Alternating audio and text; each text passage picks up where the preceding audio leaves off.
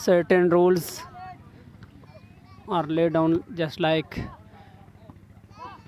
you know about rules of cricket.